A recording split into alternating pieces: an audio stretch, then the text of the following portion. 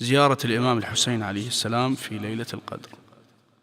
بسم الله الرحمن الرحيم. السلام عليك يا ابن رسول الله، السلام عليك يا ابن أمير المؤمنين، السلام عليك يا ابن الصديقة الطاهرة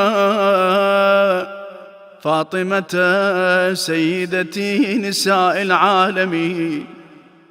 السلام عليك يا مولاي يا أبا عبد الله ورحمة الله وبركاته.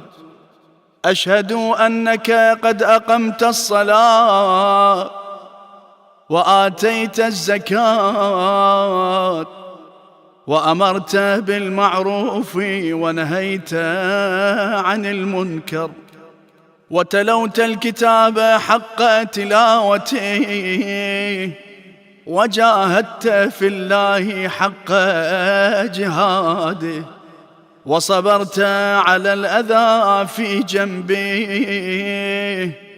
محتسبا حتى أتاك اليقين. أشهد أن الذين خالفوك وحاربوك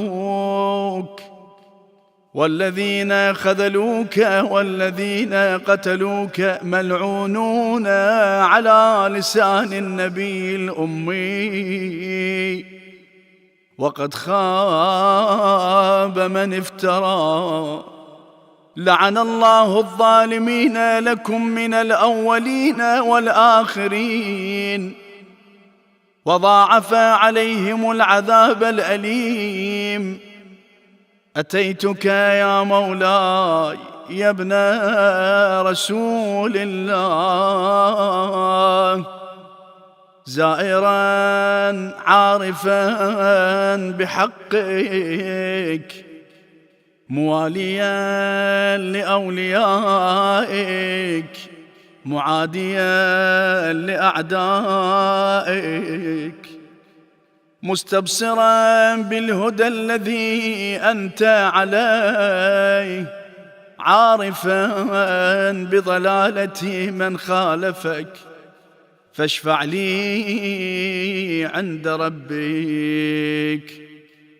السلام عليك يا حجة الله في أرضه وسمائه، صلى الله على روحك الطيب وجسدك الطاهر، وعليك السلام يا مولاي ورحمة الله وبركاته. السلام عليك يا مولاي وابن مولاي ورحمة الله وبركاته.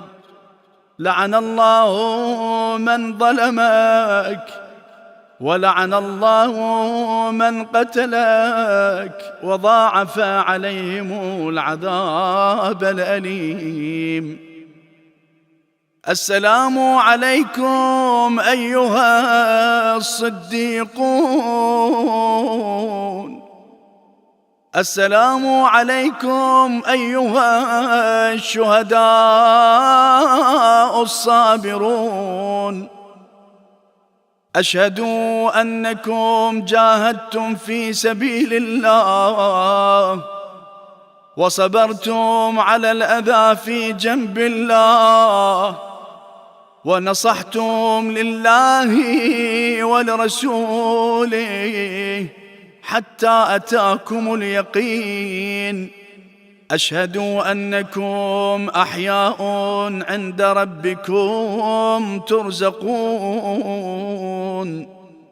فجزاكم الله عن الإسلام وأهله أفضل جزاء المحسنين وجمع بيننا وبينكم في محل النعيم. السلام عليك يا ابن أمير المؤمنين، السلام عليك أيها العبد الصالح المطيع لله ولرسوله أشهد أنك قد جاهدت ونصحت وصبرت حتى أتاك اليقين. لعن الله الظالمين لكم من الأولين والآخرين، وألحقهم بدرك الجحيم. وصل يا رب على محمد وآله الطيبين الطاهرين.